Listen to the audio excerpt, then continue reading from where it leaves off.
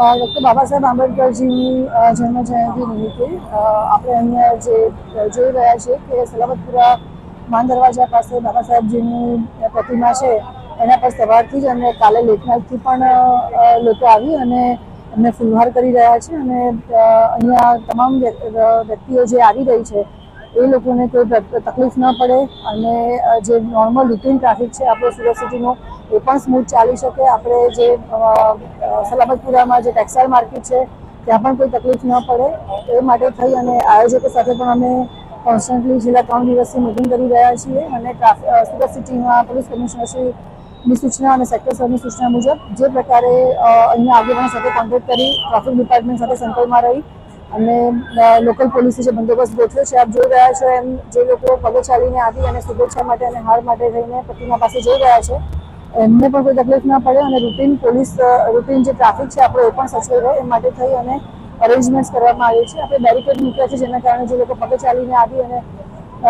ફુલહાર કરવા માટે જાય છે એમને કોઈ તકલીફ ના પડે, કોઈ ઘટના ન બને. ઓલરેડી ટ્રાફિક શાખા તરફથી જે જાહેરનામું પ્રસિદ્ધ કરવામાં આવ્યું છે એનું પણ પાલન થઈ રહ્યું છે અને આપ જોઈ રહ્યા છો એ પ્રમાણે સ્ટેચ્યુની સહેજ જ આગળ 50 મીટરે જે રીતે એક રસ્તો જાય છે જે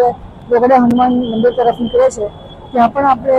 વ્હીકલ્સ ડાયવર્ટ કર્યા છે અને ત્યાં પણ ટ્રાફિકનો અને લોકલ પોલીસનો બંદોબસ્તનો પોઈન્ટ પણ છે જેના કારણે 2 વ્હીલર 3 વ્હીલર્સ અહીંથી ઇઝીલી જઈ શકે. વ્યક્તિ જે આવે છે એ પોતે પ્રતિમાને ફુલહાર પણ કરી શકે અને સાથે જે વ્હીકલ્સ છે એ પણ સ્મૂથલી ચાલે અને ટેક્સટાઇલ માર્કેટ છે ટેક્સટાઇલ માર્કેટને પણ કોઈ પ્રોબ્લેમ્સ ન થાય એ રીતે તમામ વ્યવસ્થા અત્યારે આપણે ગોઠવણ કરેલી છે અને આપ જોઈ રહ્યા છો પ્રકારે સ્મૂથ બંદોબસ્ત પણ ચાલે છે અને પ્રતિમાને જે ફુલહાર કરવા માટે આવે છે એ લોકોને પણ કોઈ તકલીફ નથી પડી રહી. સાહેબ, આજનો પ્રોગ્રામ જે છે એના સંદર્ભમાં સમાજને આજે 14મી એપ્રિલ દુનિયાના મહામાનવ વિશ્વ વિભૂતિ ભારત રત્ન ડોક્ટર બાબા સાહેબ આંબેડકરનો જન્મદિવસ છે અને આજના જન્મદિવસ નિમિત્તે અમે સૌ બહુજન સમાજ અને ભારતીય સમાજ અહીંયા ઉપસ્થિત થયો છે રિંગ રોડ સુરત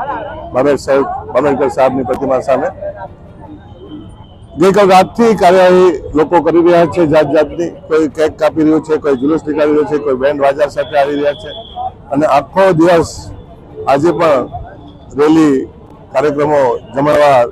બધું વગેરે ચાલતું રહેશે. ડોક્ટર બાબા સાહેબ આંબેડકર જે વ્યક્તિ જેને કોઈ ધર્મ પ્રત્યે ભેદભાવ ન રાખ્યા, માણસને એક સમાન ગણ્યા, જેને સમાનતા બંધુતા ન્યાયને અપેક્ષા રાખી અપાવી અને આપણે બહુજનોને જે રીતે સંવિધાન જરીએ હક અને અધિકાર આપ્યા અને સામાજિક આઝાદી આપી એવા ડોક્ટર મહામાનવ બાબા સાહેબ આંબેડકરની જન્મજયંતિ નિમિત્તે વધારે તો આપણે શું કહી શકીએ, જે વ્યક્તિનું જ્યારે નિધન થયું, ડોક્ટર બાબા સાહેબ આંબેડકરનું જ્યારે નિધન થયું ત્યારે 193 દેશોમાં 193 દેશોમાં ધ્વજ અડધી કાઠી હતો અને આજે પણ ડોક્ટર બાબા સાહેબ આંબેડકરની જન્મજયંતિ વિશ્વ મનાવાઈ રહી છે. 193 વિશ્વ મનાવી રહી છે અને લોકો મનાવે છે જેને અમેરિકાએ નોલેજ ઓફ સિમ્બોલ કહ્યા, વિશ્વ વિભૂતિ એવા અમારા ડોક્ટર બાબા સાહેબ આંબેડકરજીની આજે જન્મજયંતિ હોય અમે સૌ આનંદ હર્ષોલ્લાસથી એમના આ જન્મજયંતિ અવસરને મનાવીએ છીએ અને હરસલ મનાવીએ છીએ, હરસલ મનાવતા રહીશું. એના અનુસંધાનમાં અમે પણ અહીંયા એક નાનકડો કાર્યક્રમ રાખ્યો છે કે જ્યાં અમે વડાપાવ અને પાણીની વ્યવસ્થા રાખી છે જે વિતરણ કરીશું. જય ભીમ, નવ બધાય, જય ભારત. તમારું નામ? અલહમદુલિલ્લાહ Suresh Sonawane, ex municipal councillor Surat મહાનગરપાલિકા.